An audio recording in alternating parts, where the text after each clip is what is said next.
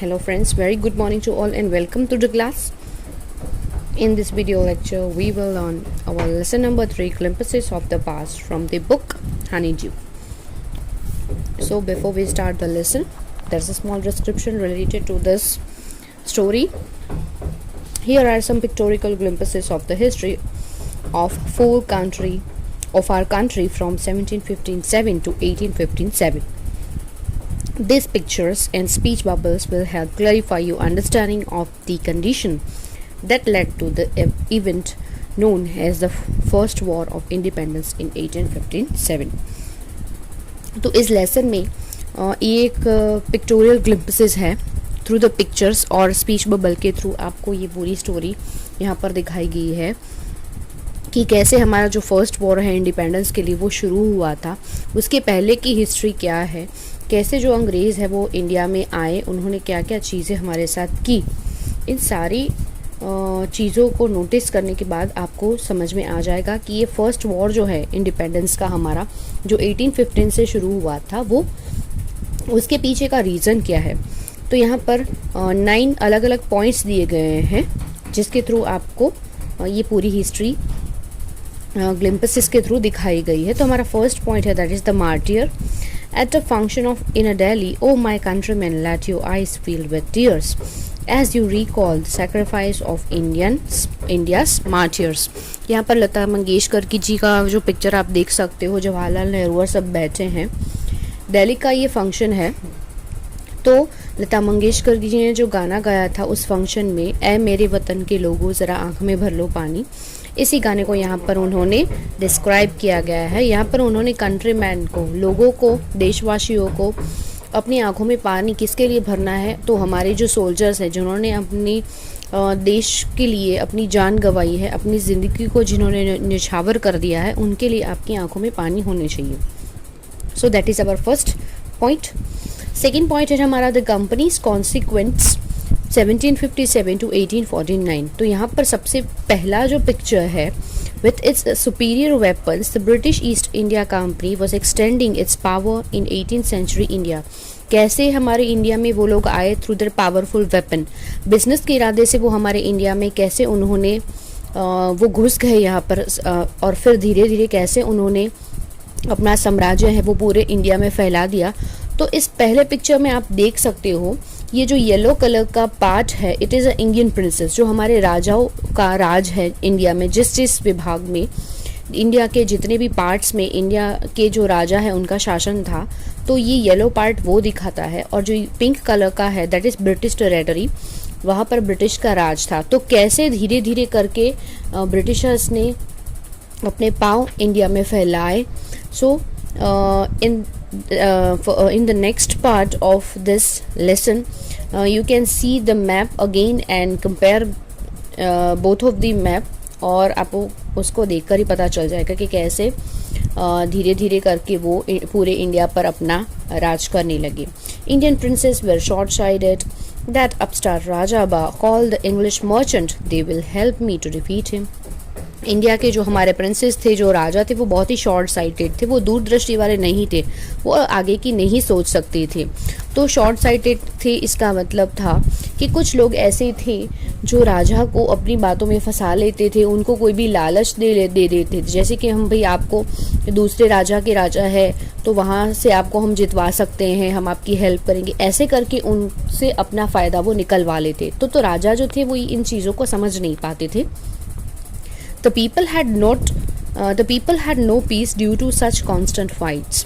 अब लोगों के लिए ये चीज़ बहुत मुश्किल होती जा रही थी यहाँ के, उनके वहाँ लोगों के बीच में बिल्कुल शांति नहीं थी, क्योंकि राजा हमारे जो थे वो आपस में ही लड़ा करते थे और इस चीज़ का फ़ायदा यहाँ पर उठाया अंग्रेज़ों ने।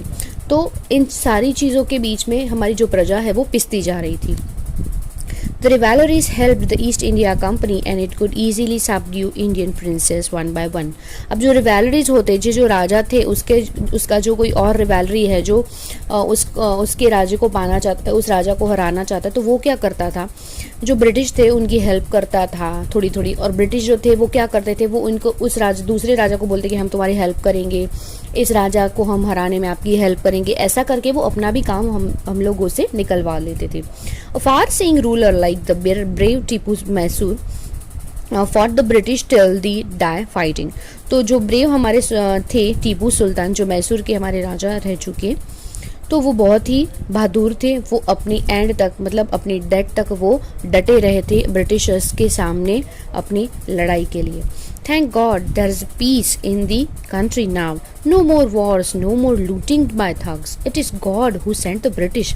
अब यहाँ पर जब शुरुआत में ब्रिटिश लोग आए तो लोगों को ऐसा लगा कि मानो भगवान ने ब्रिटिशर्स को हमारे यहाँ इसलिए भेजा है कि वो हमारे देश में शांति फैला रहे हैं। उनके आने की वजह से हमारे देश में शांति हो गई है, अब लूट नहीं रहा है कोई लड़ाइयाँ नहीं हो रही है, बहुत शांति से फैल गई है। लोगों को अभी ऐसा लग रहा है शुरुआत में। How did Indians react to this conquest. अब इंडियंस जो थे उनका ये क्या रिएक्ट था, you can see in this both the last picture जो है दोनों, उसमें आप देख सकते हो कि कैसे इस कॉन्क्वेस्ट का जो है, जो जैसे ही ब्रिटिश आए उन्होंने जो शॉर्ट साइटेड जो हमारे किंग, जो राजा थे, उनके थ्रू कैसे वो अपना शासन यहाँ पर धीरे धीरे करके जमा रहे थे, कैसे लोगों को बेवकूफ़ बना रहे थे। तो यहाँ पर देख सकते हो पहले पिक्चर में लोगों को लग रहा है कि ब्रिटिशर्स के आने की वजह से बहुत थोड़ी सी शांति फैल गई है। Our destiny is linked with them, लोगों को लग रहा है कि हमारी शायद हमारा फॉर्च्यून जो है, हमारा जो भविष्य है अब उनके साथ जुड़ चुका है। The white man has killed or dethroned our king. Some kings were not good, but after all, they were of this land. Now we have become selves of foreigners. अब कुछ लोगों को ये बात बहुत समझ में आ रही थी, कुछ लोग बहुत ही सोच रहे थे, दूरदृष्टि वाले थे, तो वो लोग अच्छी तरह से वो ये लोग समझ पा रहे थे कि ये जो ब्रिटिशर्स है, जो वाइट मैन हैं, वो कैसे हमारे राजाओं को एक दूसरे से लड़वा रहे हैं। और एक तरफ देखा जाए तो कुछ राजा थे भी ऐसे जो बहुत ही बुरे थे, तो दूसरी तरफ लोगों को ये भी लग रहा था कि हाँ, कुछ राजा भले ही वो उनकी जाल में फंस गए या फिर कुछ राजा की डेथ हो जाती तो वो उनके साथ भले ऐसा हुआ क्योंकि वो बुरे थे, पर आफ्टर ऑल उनको भी ये रियलाइज था कि भले ही वो बुरे हैं पर वो भी हमारी ही धरती के हैं, वो भी हमारी लैंड को ही बिलोंग करते हैं। और अब इन लोगों को लग रहा था कि हम अब उनके स्लेव यानी उनके गुलाम बन चुके हैं फॉरेनर्स की। Third point is British rule कैसे यहाँ पर स्टार्ट होता है। Religious leaders preached ideas like untouchability and child marriage. Anyone who crosses the sea loses his religion. अब यहाँ पर कुछ धर्म गुरु ऐसे थे, कुछ लोग ऐसे थे जो अपनी कुछ भी कोई भी बात करके वो लोगों के अंदर एक डर बिठा देते थे, कोई भी भड़काऊ भाषण देते थे। इन सारी चीज़ों की वजह से लोगों के दिमाग में ऐसे बहुत सारे नेगेटिव थॉट्स आ चुके थे जो एक्चुअल में जिसका कोई अस्तित्व ही नहीं है। लाइक यहाँ पर पहले पिक्चर में एक जो बैठे हैं रिलीजियस पर्सन है, वो बता रहे हैं कि जो भी इंसान अगर सी को क्रॉस करता है तो वो अपना रिलीजन खो देगा। All the misery in the world is due to woman. अब सेकेंड पिक्चर में आप देख रहे हो कि एक इंसान है, वो भड़काऊ भाषण ही जैसे दे रहा है, वो बता रहा है कि जितनी भी दुनिया में ये मिजरीज है, पूरे वर्ल्ड में जितनी भी मिजरीज हुई है, it is just because the woman. तो वुमन को आप उनका अस्तित्व होना ही नहीं चाहिए या उनके साथ आप बुरा व्यवहार करो। ये सारी नेगेटिव थॉट्स जो थी वो दिमाग में ये लोग बिठा रहे थे। The truth was that Indians had lost self-respect. The British scorned them. The natives are unworthy of trust, incapable of honesty. True, your honor, but I am honest. यहाँ पर ब्रिटिशर्स जो है वो अपने आप में बात कर रहे थे कि ये लोग जो है वो विश्वास करने के लिए नहीं है, वो अपने ही लोगों से कितना बुरा व्यवहार कर रहे हैं, वो अपने ही लोगों के प्रति ऑनेस्ट नहीं है, तो इनसे आप आसानी से अपना काम करवा सकते हो। Being merchant, the British wanted quick profits. Their heavy taxes forced farmers to abandon their fields. But your men are taking all my crops. You are still in arrears. If you don't pay next week, I will send you to jail. अब यहाँ पर क्या था कि जो Britishers जो आए थे वो ज़्यादा से ज़्यादा मुनाफा कमाना चाहते थे थ्रू द इंडियंस। इंडिया में वो यहाँ बिजनेस करने के इरादे से आए थे, बहुत ही कम काम में और बहुत ही हाई टैक्सेस वो यहाँ पर चीज़ों पे लगाते जा रहे थे ताकि उनको मुनाफा ज़्यादा मिले। तो उन्होंने क्या किया, फार्मर्स के जितने भी क्रॉप्स थे उन पर वो उन्होंने ज़्यादा टैक्स डाल दिया। अब बेचारे फार्मर कितना बेचारा सहन करे। तो एक फार्मर यहाँ पर बताता है उनको कि भाई आपके आदमी तो मेरा सारा का सारा क्रॉप ले गए हैं, तो अब आपको मैं क्या दूं। तब एक ब्रिटिश आदमी उसको धमकाता है कि तुमने अभी भी कुछ नहीं भरा, अगर तुम नेक्स्ट वीक तक ये पैसे नहीं चुका दोगे तो मैं तुम्हें जेल में डाल दूंगा। तो यहाँ पर वो भी बेचारे बेबस हो जाते थे फार्मर्स कि अब वो क्या करें। Still the British invented other methods which gave them more profits, और वो कुछ अलग अलग नीतियां भी अपना रहे थे जिनकी वजह से उनको ज़्यादा और ज़्यादा प्रॉफिट हो। The good manufactured in England should not have any import duty when brought into India. A good idea. The East India Company's law began to cripple Indian industries. अब ये इंडियन जो ईस्ट इंडिया कंपनी थी, इसका जो भी सामान है या कोई भी चीज़ें यहाँ इंडिया में आती थी, तो इनकी वजह से क्या हो रहा है, ब्रिटिशर्स का सारा जो सामान है वो बिक रहा था, और हमारी जो इंडियन इंडस्ट्री है यहाँ पर जो लोकल चीज़ें बनती थी वो सब बंद होने लगी। तो यहाँ पर इंडियंस को नुकसान होने लगा, और जो ब्रिटिशर्स थे वो अपने गुड्स के थ्रू, अपने मैन्युफैक्चर जो इंग्लैंड से मैन्युफैक्चर वो चीज़ें लाते थे, उनको वो अच्छे दाम में और अच्छी क्वालिटी का है ऐसे दिखाकर उनको बेच रहे थे, और हमारी चीज़ों का हमें नुकसान, यहाँ पर इंडियंस को नुकसान हो रहा था। Inevitably famine followed between 1822 and 1836. 15 lakh Indians died of starvation. और ये सारे जो हैवी टैक्सेस वो फार्मर्स पे और उनकी क्रॉप्स पे लगाती थी, तो इनकी वजह से क्या होता है कि बिटवीन 1822 और 1836 के between 15 lakh Indians, 15 lakh Indian लोग ऐसे थे जो बिकॉज ऑफ स्टारवेशन, भूखमरी की वजह से उनकी डेथ हो जाती है। तो British policies ruined export artisans and their business. तो हमारे जो इंडिया के आर्टिसंस थे, जो इंडिया का मेन बिजनेस था, उनको यहाँ पर बहुत लॉस हो रहा था because of India British policies. तो उन लोगों ने ऐसी पॉलिसीज़ कुछ खड़ी की जिसकी वजह से हमारे यहाँ के जो कारीगर है, हमारे यहाँ के जो आर्टिस्ट है, वो कुछ भी कमा नहीं पा रहे थे, वो बस ख़त्म ही होते जा रहे थे, वो बर्बाद होते चले जा रहे थे, और ब्रिटिशर्स जो थे वो ज़्यादा ही मुनाफा कमा रहे थे। तो उन्होंने जानबूझकर ऐसी पॉलिसीज़ को यहाँ पर दाखिल किया था। पॉइंट नंबर 4 इज़ राजा राम मोहन रॉय। तो राजा राम मोहन रॉय जो है वो बहुत ही गुड पर्सन थे and a very literate person. Ram Mohan Roy, a learned man from Bengal, understood what was wrong with the country. वो पढ़े लिखे इंसान थे, वो जानते थे कि हमारे देश के साथ क्या गलत हो रहा है। Let us not despise ourselves. Our ancient culture is great and we are capable of greater achievements. We must first reform our society. Superstitions have been ruined us. वो देख पा रहे थे कि कैसे हमारे समाज में कुछ ऐसी नीतियाँ फैली हुई है, जैसे कि सुपरस्टिशंस है या फिर चाइल्ड मैरिज है। ये सारी ऐसी चीज़ें फैली हुई हमारे, जो हमारे रिच कल्चर को, हमारे ग्रेट कल्चर को बर्बाद कर रही है। तो वो पढ़े लिखे इंसान थे, तो ये सारी चीज़ों को समझ पा रहे थे, और उनको लग रहा था कि अगर हमें हमारी कल्चर को, ग्रेट कल्चर के थ्रू हमें कुछ भी अचीव करना है, हम कर सकते हैं, हमें उतनी कैपेबिलिटी है। तो अगर हमें वो चीज़ें हासिल करनी है तो हमें समाज में ये जो सारे दूषण फैले हुए हैं उन सबको हमें ख़त्म करना पड़ेगा। He told his wife Uma, cows are of different colors but the colors of their milk is the same. Different teachers have different opinions but the essence of every religion is the same. यहाँ पर वो अपनी wife से बात कर रहे हैं जिनका नाम उमा बताया गया है। उन्होंने अपनी वाइफ को समझाया कि जो काउस होती हैं वो सभी अलग अलग कलर्स की काऊ होती है, पर उन सभी काऊ, जैसे कि कोई ब्लैक कलर की है, कोई वाइट कलर की है, पर सबका दूध तो सेम, यानी कि सब जो भी वो दूध देती है उन सभी दूध का कलर सेम ही होता है। सेम थिंग हमारे टीचर्स भी हैं, वो सब अलग अलग, उनके सभी के सब्जेक्ट्स अलग अलग होते हैं, वो अलग अलग ओपिनियन से पढ़ाते हैं, उन सभी का कुछ ना कुछ तरीका अलग होता है, बट एट द लास्ट उन सभी का एसेंस एक ही होता है। तो सेम थिंग हमारे रिलीजन में भी हम देख सकते हैं कि भले ही सबके धर्म अलग अलग है, पर सबका एसेंस, सभी रिलीजन्स का जो एसेंस है वो एक ही है, कहीं ना कहीं वो जुड़ ही जाता है। He was attracted by science and modern knowledge. Knowledge should be practical and scientific. उनका मानना ये था कि जो नॉलेज दिया जाए लोगों को वो प्रैक्टिकल होना चाहिए लाइफ में, जिससे आप अपनी आमदनी कमा सके, और वो साइंटिफिकल होना चाहिए, लोगों के दिमाग में वो समझ आनी चाहिए। नॉलेज के रिलेटेड जो फैक्ट चीज़ें हैं वो उनसे बहुत अट्रैक्ट थे, वो साइंस से, और जो नॉलेज की बातें थी वो उनको बहुत ही अट्रैक्ट करती थी। He crossed the seas and went to England to see what made the British powerful. There he told them. वो यहाँ से फॉरेन्स में गए, इंग्लैंड में गए, और उन्होंने देखा कि ऐसी कौन सी चीज़ है जो ब्रिटिशर्स को इतना पावरफुल बना रही है। फिर उन्होंने वहाँ के लोगों से भी कहा कि we accept you as a rulers and you must accept us as subjects, but you must remember the responsibility a ruler owns to his subject.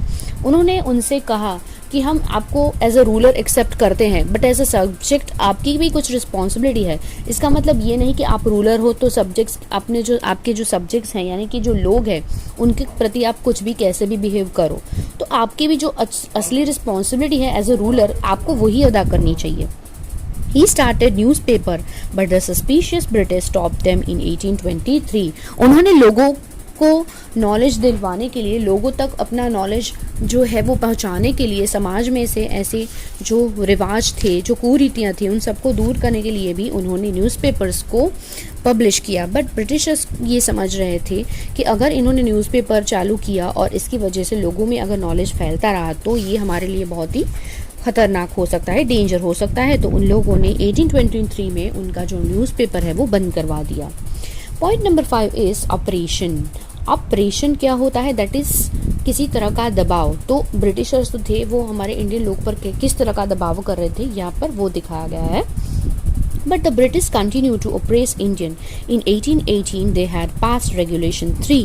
Under it, an Indian could be jailed without trial in a court. यहाँ पर Britishers जो थे वो Indians पर ऐसे अलग अलग तरह के रूल्स रेगुलेशंस बनाकर लोगों को प्रेशराइज करते रहते। तो यहाँ पर उन्होंने जब 1818 में रेगुलेशन 3 जो उन्होंने पास किया, उसके अंडर वो लोग किसी भी इंसान को किसी भी बिना वजह के उसको कोर्ट में लिए बिना ही, वो किसी भी ट्रायल के बिना वो उसको जेल में डाल सकती थी।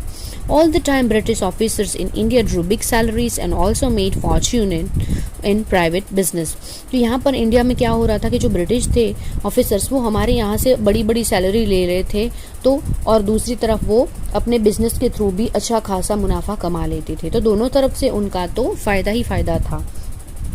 By 1829, Britain was exporting British goods worth 7 crore rupees to India. अब 1829 की बात है, यानी आप समझ सकते हो कि सब हम अगर अप्रॉक्स देखें तो 200 साल पहले की बात है कि तब भी हमारे देश में कितना पैसा था, हमारे पास कितनी रिच हमारी कल्चर थी कि ब्रिटिश का अप्रॉक्स 7 करोड़ या उससे भी ज़्यादा रुपीस का जो सामान है, जो गुड्स है, वो हमारे देश में लाया गया था। The British proposed on the company's loot while Indian industries began to die. अब जो ब्रिटिश थे वो अपनी कंट्री को प्रॉस्परस बनाने के लिए हमें यहाँ से लूट रहे थे, यहाँ से लूट के वो सब रिच होते जा रहे थे, वाइल हमारे जो इंडियंस थे, जो हमारी इंडियन इंडस्ट्री थी वो सब खत्म होती जा रही थी। Governor general Bentinck reported back home, the bone of cotton weavers are bleaching the plains of India. उन्हें क्या लग रहा था कि ये जो कॉटन वीवर्स है, हाँ कॉटन वीवर्स जो थे बेचारे, एक तो उनसे अपना काम छिन गया था, और देख हमारे यहाँ का जो ये मेन बिज़नेस है वीविंग का, कॉटन वीविंग का, और ये सारे बिज़नेस अच्छे खासे हमारे देश में चल रहे थे। और जो इंग्लिश पर्सन थे, जो वाइट पर्सन थे, ये इंग्लैंड के लोग, वो ब्रिटिशर्स अच्छे तरह से जानते थे कि अगर ये काम यहाँ पर चालू रहा तो वो कभी भी यहाँ पर आके अपना मुनाफा नहीं कमा सकेंगे। तो वो लोग ऐसे अलग अलग तरह के ऑपरेशन करते जा रहे थे और लोगों पर एक तरह का दबाव बना लेते थे, जिसके थ्रू हमारी इंडस्ट्रीज़ को यहाँ पर बहुत नुकसान हो रहा था। Point number 6 is dissatisfaction. अब कैसे इंडिया के लोग जो है वो ब्रिटिश रूल की वजह से कैसे उन लोगों से वो डिससैटिस्फाइड हो रहे थे। Education in India was in Persian and Sanskrit in 1835। हमारे यहाँ पर सबसे पहले पर्शियन और संस्कृत भाषा में पढ़ाया जाता था, नॉलेज इसी भाषाओं में मिलता था। Englishman named Macaulay suggested a change. We should teach the native through the English language. I agree. अब जो एक इंग्लिशमैन था जिसका नाम था मैकॉले, तो उन्होंने सजेस्ट किया कि हमें जो इंडियन लोग हैं उनको भी इंग्लिश लैंग्वेज सिखानी चाहिए, क्योंकि वो हमारे लिए इजी रहेगा, एक तो कम्युनिकेशन के लिए, और अगर वो लोग इंग्लिश सीख सकते हैं तो हम उनको हमारे कोई भी काम में, मतलब जो बिज़नेस का हमारा कोई भी काम है उसमें हम उनका यूज़ कर सकते हैं। English education produce clerk to whom the British gave petty job under them. Incidentally, it also produced a new generation of intellectuals. अब यहाँ पर जैसे ही उन्होंने इंग्लिश लोगों को सिखाना शुरू किया तो क्या हो रहा था कि जो लोग इंग्लिश को सीख रहे थे या सीख चुके थे, वो लोगों को जो ब्रिटिश लोग थे वो अपनी कंपनी में एज अ क्लर्क की जॉब देते थे, बट बहुत ही कम सैलरी में वो जॉब देते थे। वाइल दूसरी तरफ क्या हो रहा था कि जैसे ही एक अच्छी तरह का एजुकेशन मिल रहा था, तो एक नई जनरेशन है वो बहुत ही अच्छे एजुकेशन के साथ आगे आ रही थी। We must educate our brothers and try to improve their material condition. अब लोग भी यही सोच रहे थे कि हमें हमारे भाइयों को पढ़ाना चाहिए, क्योंकि अगर उनको सही नॉलेज मिलेगा तो थ्रू दिस हम हमारी कंडीशन को भी काफ़ी हद तक सुधार सकते हैं। For that we must convey our grievance to the British Parliament. अब यहाँ पर जो मैप दिखाया है उसमें आप कंपेयर कर सकते हो कि पहले जो हमने चैप्टर के शुरुआत में जो हमने मैप देखा था उसमें पिंक कलर का जो एरिया है वो बहुत ही कम था, वाइल 1856 में अब ये जो इंडिया का आप देख रहे हो नक्शा पूरा, इसमें काफ़ी हद तक जो जितना भी एरिया है उसको ब्रिटिश टेरिटरीज ने कवर कर लिया है। So they care little about the needs of Indian. वो इंडियंस के बारे में बहुत, अब लोग यहाँ पर जमा होते थे और वो उन सभी के मुंह पर बस चर्चाओं में एक ही सब्जेक्ट था कि ब्रिटिश लोग कैसे हम लोगों पे जुल्म कर रहे हैं, उन लोगों को हमारी बिल्कुल ही ज़रूरत नहीं है, हमारी वो बिल्कुल भी परवाह नहीं करते हैं। Our kings have become puppets and we have lost our old jobs. हमारी जो राजाएं हैं वो सब उनके सामने कठपुतलियाँ बन चुके हैं, पपेट्स बन चुके हैं, और हम सब अपनी जो जॉब, हमारा जो काम था वो हम सब खो रहे हैं। एंड लैंड्स, और कुछ लोग अपनी ज़मीनें भी खो चुके हैं। They were converting our brothers, और वो लोग हमारे भाइयों का भी रिलीजन बदल रहे हैं, उनको कन्वर्ट कर रहे हैं। You only talk, do something to drive them out, और कुछ लोगों ने तो ये भी बोला कि बस सिर्फ बातें ही करते रहोगे कि उनको यहाँ से निकालने का कोई आइडिया भी लगाओगे। तो यहाँ पर लोगों को कहने का मतलब ये है कि सिर्फ बातें करने से काम नहीं चलेगा, कोई ना कोई एक्शंस हमें लेना ही पड़ेगा। Point number 7, the sparks. Spark, एक ऐसी स्पार्क यहाँ से शुरू हुई जो हमें, हमारा जो इंडिया का फर्स्ट वॉर है जो 1857 से जो रिवॉल्ट शुरू हुई वो यहाँ से शुरू होती है। Taxes continue to ruin the peasant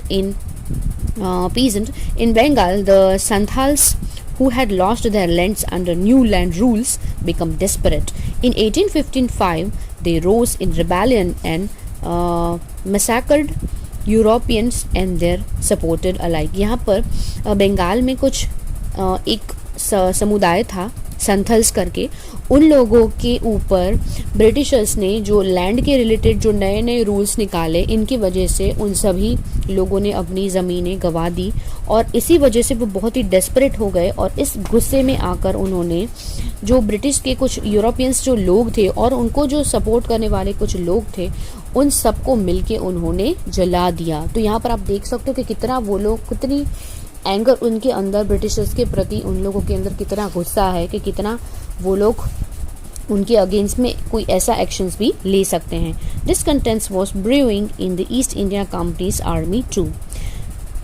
the white soldiers get huge pay mentions to live in servants while we get a pittance and slow promotions. The Angrez ask us to cross the sea, which is against our religion. Who is the topiwala? To abolish our age-old customs, we must drive out the Angrez. अब यहाँ पर लोग बात कर रहे हैं कि जो अंग्रेज थे वो लोगों को काम तो दे रहे थे पर बहुत ही कम तनख्वाह दे रहे थे, और प्रमोशंस भी बहुत धीरे धीरे चल रहे थे। वाइल जो ब्रिटिशर्स लोग थे, भले ही वो सर्वेंट्स थे, पर उनको अच्छी खासी तनख्वाह भी मिलती थी और उनको अच्छे खासे प्रमोशंस भी मिलते थे। अब यहाँ पर वो हमारे रिलीजन के अगेंस्ट जो चीज़ें होती थी उनको करने के लिए भी हमें कहीं ना कहीं पे दबाव कर रहे थे। Thousands of other Sipais revolted. They were stripped to their uniforms. A few Englishmen had cared to understand Indian customs or the people's mind. हाँ, पर कुछ इंग्लिशमैन ऐसे भी थे जो इंडिया के लोगों को, उनके रिवाजों को समझते थे। इंडिया की जो मेंटालिटी है, जो लोगों के अंदर अपने देश के प्रति भावना, अपने रिलीजन के प्रति जो उनकी फीलिंग्स है, उनको भी कुछ लोग ऐसे थे जो समझते थे। O proud Brahmin soldiers, do you know that the grease on the bullet you have to bite is made from the fat of cows and pigs. What? The white man has deceived us too. अब यहाँ पर एक इंसान है, वो बताता है कि तुम लोग ब्राह्मण सोल्जर्स हो, क्या तुम्हें नहीं पता कि जिस बुलेट को तुम यूज़ करते हो उस बुलेट पर जो ग्रीस लगी है, अब उस ग्रीस को निकालने के लिए आपको उसको मुंह में लेना पड़ता था और फिर उस ग्रीस को जैसे बाइट करके उस ग्रीस को निकालना पड़ता था। तो उसको बाइट करने के लिए आप उस बुलेट को मुंह में लेना पड़ेगा। तो उसमें क्या था कि वो जो ग्रीस है it is made from the, वो गाय यानी कि काऊ और पिग के मांस से बनी हुई है। तो जो हमारे हिंदू कल्चर है वहाँ पर गाय का मांस खाना बहुत ही वर्जित माना जाता है, और जो मुस्लिम लोग हैं उन लोगों के लिए पिग का मांस खाना भी बहुत ही ख़राब माना जाता है, बहुत ही गलत माना जाता है। तो दोनों रिलीजन के अगेंस्ट में ये बात थी जो लोगों को पता चली, और ये एक ऐसा रीज़न था जिसकी वजह से ये जो हमारा रिवॉल्ट है 1857 का, उसकी शुरुआत कहीं ना कहीं इस चीज़ से हो रही थी। Soon chapatis were sent from village to village to tell the people that their emperor would want their service. Yes, all my village men will be ready. Similarly, lotus flowers circulated among Indian soldiers. Death to the foreigners, the masses gave all help and shelters the patriots. अब यहाँ पर लोग समझ गए थे कि हमें एक होना पड़ेगा अगर हमें जो ब्रिटिशर्स हैं उनको हमारे देश से भगाना है। तो थ्रू चपाटीज, क्योंकि उस टाइम में जो न्यूज़पेपर थे वो बंद करवा दिए गए थे, तो लोग चपाटी के थ्रू एक से दूसरे गांव में मैसेजेस भेजते थे। जो चपाटीस है वो एक मीडियम बन चुका था लोगों तक मैसेज पहुंचाने का, कि भाई एक में से दूसरे गांव में अगर लोग जा रहे हैं तो उनको बता दिया जाता था पहले से कि आपके गांव के लोग की मदद हमें कभी भी पड़ सकती है, तो आप लोग रेडी रहना जब भी हमें हेल्प की ज़रूरत पड़े। वाइल जो इंडियन सोल्जर्स थे हमारे, वो भी लोटस का जो फ्लावर है वो भी उन्होंने सिंबल अपने हाथ में पकड़ लिया था, वो भी रेडी थे कि वो लोग भी चाहते थे कि इन फॉरेनर्स को हमें कभी कहीं ना कहीं हमें भी उन्हें मार देना चाहिए।